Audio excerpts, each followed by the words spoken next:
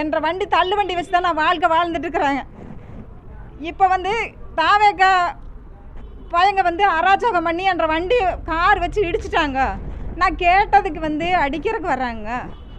இதில் நான் வண்டி போனாலும் பரவாயில்ல, நான் அமைதியாக இருந்தேங்க 2 நாளாக. எனக்கு கால் 2 பேச்சுங்க. ஆக்சிடெண்ட்டில் கால் தனியாக பஸ் ஏறி போய் எனக்கு கேஸ் கொடுக்குற அளவுக்கு எனக்கு கூட ஆள் ஒத்தாசு கிடையாது. நான் வயசானவளை வச்சு வாழ்ந்துட்டு இருக்கிறேங்க. ஒரு 100 வயசு பாட்டி கூட தாவேக்கா போடுமான்னு நான் சொன்னவன். நான் எனக்கே இந்த கெதியா? இந்த தாவேக்கா பையங்க ரொம்ப அராஜகம் பண்ணுறாங்க.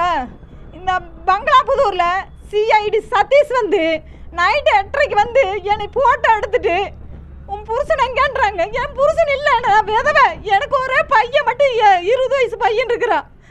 என்னை கேஸ் போட்டுருவேன், உன்னை வா நான் அங்கே வச்சுக்கிறேன்றாரு. இது தாவேக்காரு சதீஷ் பேரூர் இதில் இருக்கிறாரு போஸ்டிங்கில். அவங்க ஆளுங்கட்சியில் என்னை அராகரிச்சாலப்படுத்துகிறாங்க. என் உயிருக்கு ஏதாவது சேதனா என் குழந்தை அனாதியாயிரும்னு தள்ளு வண்டி உடச்சு நொறுக்கிட்டாங்க. கோபி வட்டம் செங்கோட்டையா அவர்கள் எனக்கு தீர்ப்பு சொல்லணும் சாமி. நான் அனாதி மாதிரி உட்காந்துக்கிறேன். 2 காலு பிளேட்டு உயிர் சேதம் பண்ணுவேன். என்னை எதுக்கு நைட்டில் 8:30 மணிக்கு ஃபோட்டோ எடுக்கிறாங்க? நான் என்ன ஆக்கிஸ்டா வெடியிருக்குள்ள ஓடிடுவேனா? நான் குடும்ப பெண்ணுங்க. 8:30 மணிக்கு உள்ள ஊந்து எதுக்கு எடுக்கிறாங்க போட்டோ?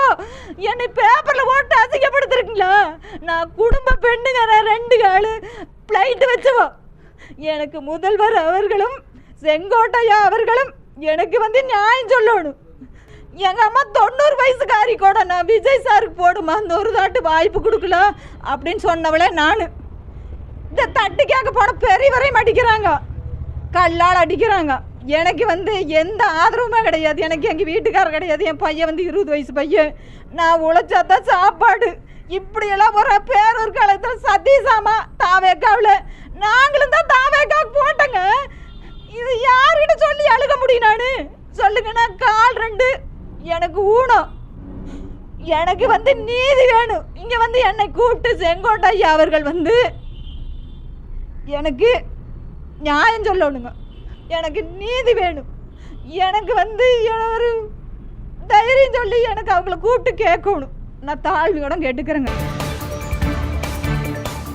செய்திகளை உடனுக்குடன் தெரிந்து கொள்ள நமது அம்மா இணையதள தொலைக்காட்சியை சப்ஸ்கிரைப் செய்து அருகில் உள்ள பெல் ஐகான்